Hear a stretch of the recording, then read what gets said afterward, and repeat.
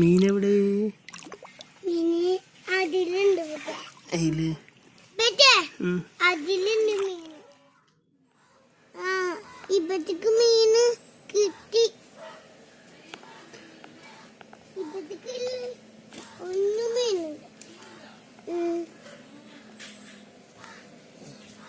ഇതില് കൊട്ട മീനാണ് ചേച്ചേ. ചേച്ചേ അല്ല, നല്ല മീന്.